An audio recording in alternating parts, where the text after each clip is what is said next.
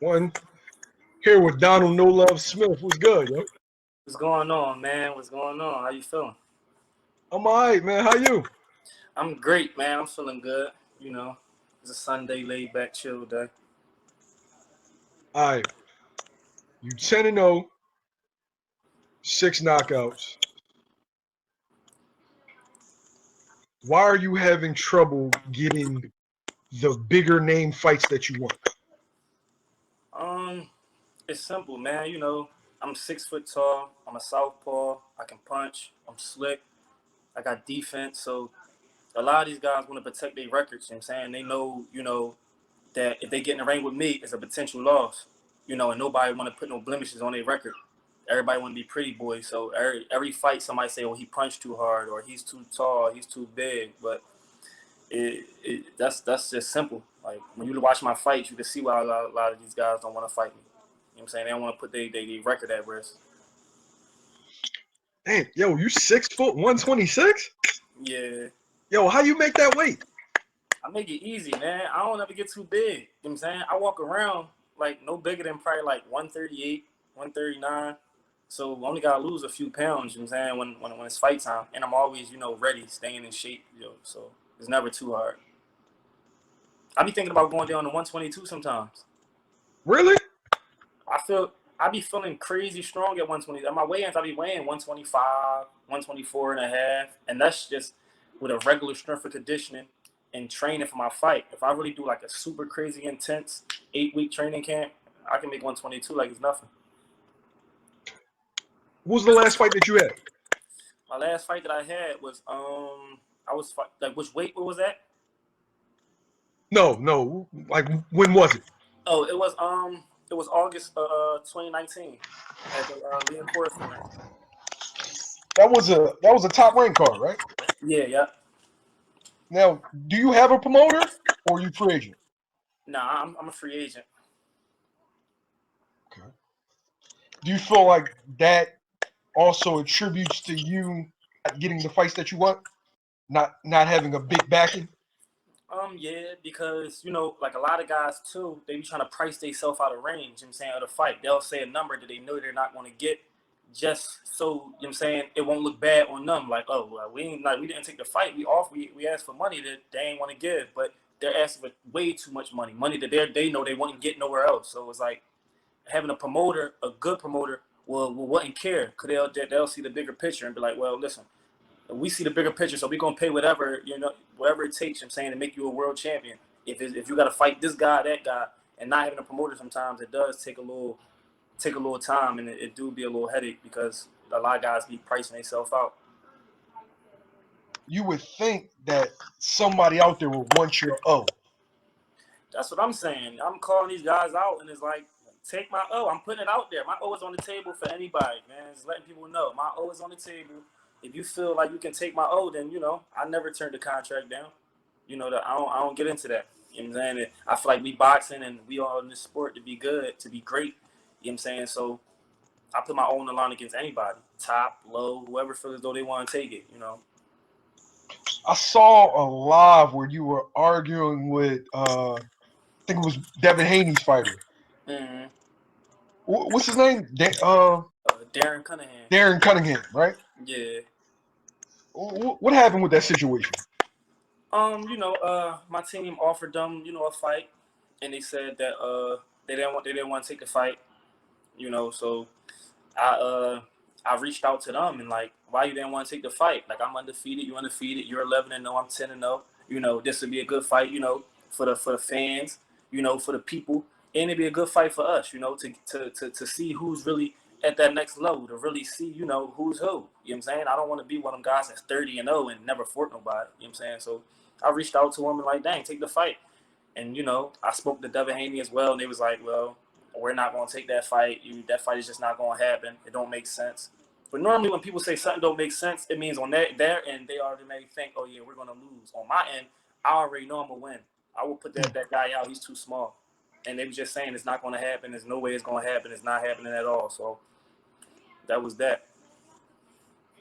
You feel like Cunningham's ducking you?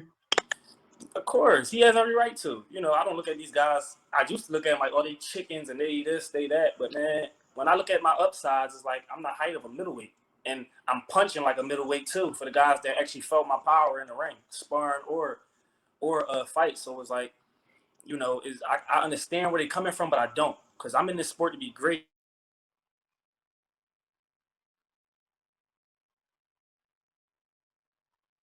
That I'm the best, and the only way I can do that is fighting the best. I can't say I'm the best if I'm not fighting nobody. That don't make sense. I'm on the same level as the guys that I'm beating up. If they low class and I'm low class, you know what I'm saying, there's nothing to prove with them.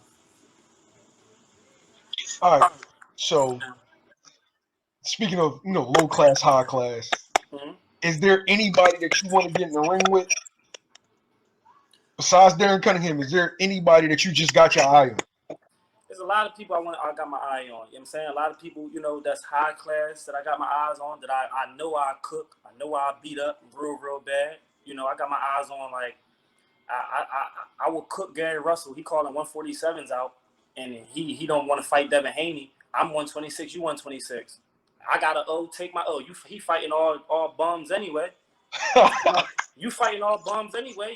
He lost to Lomachenko and he beat Jojo Diaz. He got one real good win on his record. So it's like, okay, fight me. You fighting bums. You might as well take my O. If you're gonna be fighting guys that's 20 something and 12 and 20 something and 5, and you supposed to be a world champion. Tyler McQuarrie, I will cook him real bad. I will stop him. Carl Frampton, he's too small. He's a midget. I will walk right to him and punch him out the ring. Josh Warrington. I want all the top guys for real. Anybody that's above that I feel as though is a couple levels above me, not because the way they fight, but just, they've been in the game a little longer. I want all them guys. You know what I'm saying? I want every last one of them. And there should be no excuse, because they all fighting miscellaneous or lower class level guys. But the same thing is what they going to say. Oh, it's no risk, no reward for this fight, or they don't want to fight me, or he's too immature right now. He don't have enough fights. They all going to give you a whole bunch of excuses to not fight me. You know what I'm saying? They're not going to say, oh, he's too tall and he punching, he's too slick, and that. They ain't going to give you that. You know what I'm saying? They're not going to give you that part of boxing. They think it's going to be, oh, he don't have enough fights and he didn't prove himself yet. That's exactly why I'm trying to fight y'all, so I can prove myself, because I know I can beat these guys. 100% sure I can beat these guys. Frampton, I will stop Frampton real bad, viciously. I seen him when he fought Tyler McQuarrie. Tyler McQuarrie just can't take a punch, and he not smart enough to beat a guy like Frampton, and Frampton took advantage of that. I'm not that guy. I will punch a hole through Frampton. And Warrington. Warrington can't punch, can't crack an egg. I really don't take nobody in the 126 division seriously. Like, I train as I'm taking them seriously, but I don't look at them as no threat. I can't take guys that's 5'4", 5'5", 5'6" as no threat at all. Like, it's just, I will walk right to them and punch them out the ring. It's like, it's simple. You feel me? Speaking of, you mentioned Gary Russell, right? Mm-hmm. Do you feel like Gary Russell is serious into jumping up 2 weight classes or 4 weight classes? Man, these guys just saying this stuff, you know what I'm saying? He's not jumping up to 4 weight class to fight Terrence Carver. He's not jumping up 2 weight classes to fight Devin Haney. If he do jump up 2 weight classes to fight anybody at 135, it's going to be miscellaneous. Like, he might fight a Pedraza or Javier Fortuna. He might fight one of them guys. He's not going to fight one of, like, the main guys, like a Devin Haney, a Teofimo, a Lomachenko. He's not going to fight them type of guys. He's going to fight, the B level fighters. He's not going to fight the grade A guys. So he's just talking. Because if he was going to fight, Devin Haney just offered him 1.5 million. So if he was going to fight, he would have took that fight. Like, he complacent with just fighting, the mediocre guys, but he trying to keep his name alive. So he calling out guys that he know he's not going to fight. It's typical boxing. You know what I'm saying? Do you think he would take the fight with you? Because he just fought King Tug, and King Tug was 12-0. Honestly, I will hope he would. If you fighting guys that's 12-0, and you got a guy that's 10-0 who's tired of fighting these mediocre bums I don't got nothing to prove to fight, and I want to fight, I want to fight you. I want to fight Gary Russell. I will cook Gary Russell. He's too small. What, he's like 5'4"? I don't care about none of that hand speed, none of that. We can meet wherever he want to meet at. We can meet at 26, 30, however you want to do it, man. I just want to fight the best to prove I'm the best. You know what I'm saying? That's all. I don't think I know in my mind he can't beat me. I can't lose to somebody that I got 6 to 7 inches. It's not all about height. It's about a mindset. My mindset tells me that he can't do nothing with me. Like nothing about him can do nothing with me. His arms too short. I can walk to him. I can outbox him. I can give him any flavor he wants. I like the confidence, man. It's not really confidence. It's just I'm sure of myself. Like it's not about being confident. It's about me. I know what I can do, and I'm really sure of myself.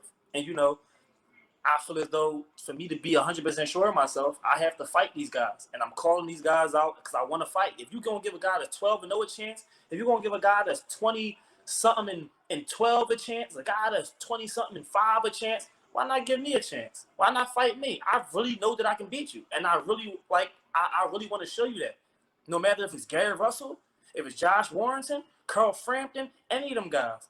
I'm on that same level. I'm on that same level. You know what I'm saying? Y'all, you're not doing nothing different from me. You just turned pro before me. That's all. So you at a different level to me because you was pro first. If we turned pro at the same time, I probably would have been stopped you already. I would have been a champion already. You know what I'm saying? So my road is just a little hard because of my upside. Do you feel any pressure to move up in weight because you can't get fights at 126? I had conversations, with my team and stuff like that. We had conversations speaking on about that, but I want to be a champion at 26, the weight class that I started.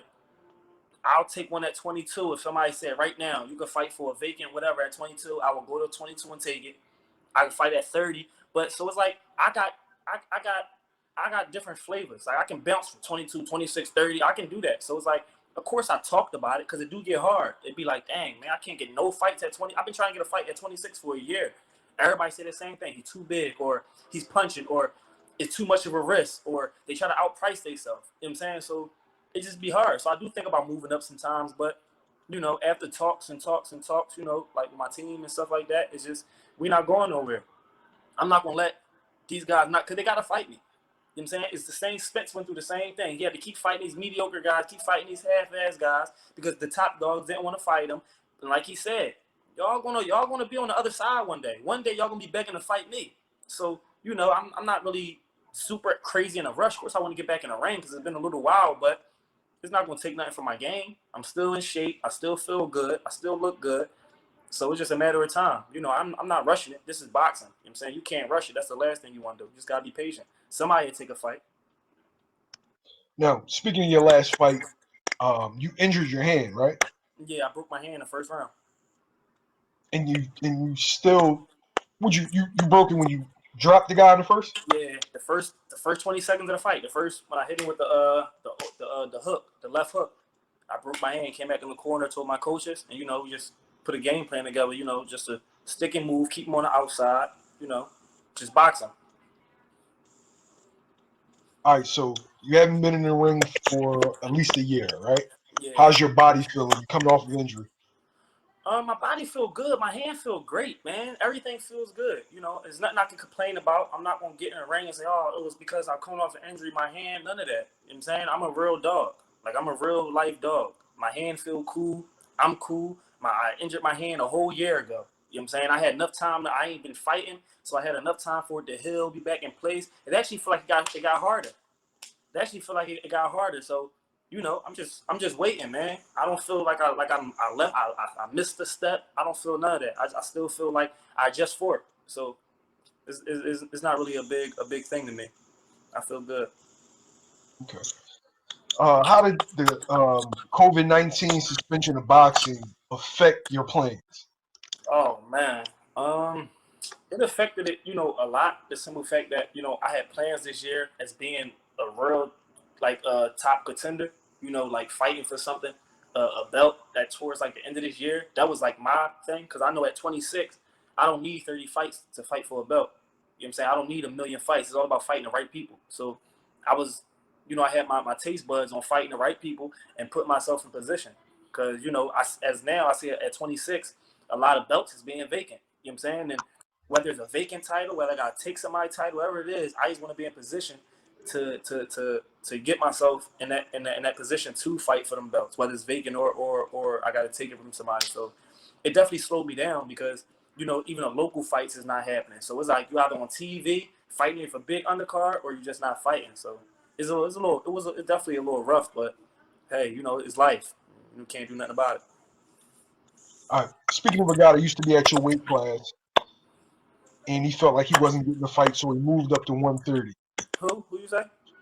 I said, speaking of a guy that was fighting at your weight class and ended up moving up because he wasn't getting the fights, Corey Stevenson. Okay. Is that a fight that you look forward to in the future? Hell yeah, the near future. You know what I'm saying? I feel as though he's a top dog. You know, I give my respects. I like Shakur. You know what I'm saying? Shakur, he's a great fighter, but he can't do nothing with me. He definitely a good fighter. I'll be a wrong person to say he's not. He's definitely high class, but there's levels to it. And you know, I'm not on none of the level of the guys that he fought. I'm on a whole different type time. You feel me? But I definitely look for that fight. You know, in the near future, close future. You know, so you know, I'm just waiting, man. I'm waiting my time. Like, I'm just being patient. These guys gonna come. Like I said, one day they're gonna be asking me for the fight. You know what I'm saying? These guys one day they're gonna be asking and begging me for the fight when I got the belts, and you know, this is gonna go from there. Okay. All right. You're a promotional free agent, right? Yeah, yep. What are you looking for from a promoter? Like what I would look for from a promoter. Yeah. What do you like? Honestly, for me right now, you know, I feel as though guys that get promoters or probably like you know guys that's not 100% with themselves. Like I feel as though I don't need a promoter for real. Like I'm not big on wanting a promoter, you know, because I feel like I'm a win regardless. I don't need to be locked in somewhere to where if I lose, I'm still getting paid. I'm still comfortable. No, I'm not really big on that promoter. I'll co-promote with somebody. Like I'll have my own promotion and I'll co-promote with somebody, but I'm not really looking for it unless you talking something crazy to me. You know what I'm saying something that I just can't refuse at all. Then it's like, all right, well, other than that, I'm not. These guys can't beat me. What do I need a promoter for? I don't need them to promote me. Nobody been promoting me this far. I haven't been promoted by nobody this far, and I got myself to 10-0. You know what I'm saying? So I don't need a promoter. You know what I'm saying? I'm gonna make my money. My money gonna come. My belts is gonna come. You know what I'm saying? If I fight somebody that's signed to somebody, I'm not worried about getting robbed because these guys not gonna make it. If you look at my fights that did go all the way, it's because it was something that happened. It was not ever just a fight where I was good and you know the guy went all the way. All my fights I was 100% healthy. You know, I knock my guys out. You know, I don't play around with my food. So, you know, I don't really care for a promoter. You know, I just care about racking these wins up and I'm gonna put myself in position. You know what I'm saying? That for them to be knocking on my door. You know what I'm saying? I ain't gotta go after them or be thinking, damn, after this fight, hopefully some promoters call or after this fight, like I'm on I'm on different things, different platforms, you know, to show my skills. Instagram, YouTube, Deli Motion, like I'm on a lot of different things, you know what I'm saying? So people see my talent, you know, and you know, it's up to them. If they want to sign me, if they don't, I'm not losing no sleep over it. What do you have to say to the people who don't know who you are, and to the people that are fans of yours that want to see you back in the ring? Man, I'm trying. I'm trying to get back in the ring. Y'all see my movement. Y'all see how I'm coming. Y'all see what I'm doing. And you know, just stay tuned. Keep rocking with me. And you know, I love what I do. I'm training every day. You know, I do my work. I strength and conditioning. I'm always in the mode. Somebody call me for a fight next week. I'm ready. I'm always being prepared because I know with with the predicament I'm in right now, nobody trying to give me 6 to 8 weeks to get ready. These guys, oh, if we can get them in about 2 weeks notice or a week's notice, they feel as though they can probably get one off on me. So I'm always just being ready and being prepared. So, you know, just keep rocking with me. You know what I'm saying? Push this stuff. If my fans and supporters is pushing it on the media, then, you know, it'll get more looks and people will be like, okay, well, this guy is serious. So, you know, it definitely starts with y'all first. Definitely starts with y'all. You know, it's definitely start with the fans, my supporters. Definitely start with y'all. If y'all reposting stuff and just tagging people and getting people involved, then you know we can make these things happen. You know what I'm saying? So just keep rocking with me. You know what I'm saying? I'm coming. Y'all already know how I'm rocking. People that been rocking with me, or the people that's new, y'all see how I'm coming. You know what I'm saying? All right, man. Thank you. I appreciate it. No doubt, for sure, man. You know, always, man. It's much love over here. You know how I'm coming with it. Sure.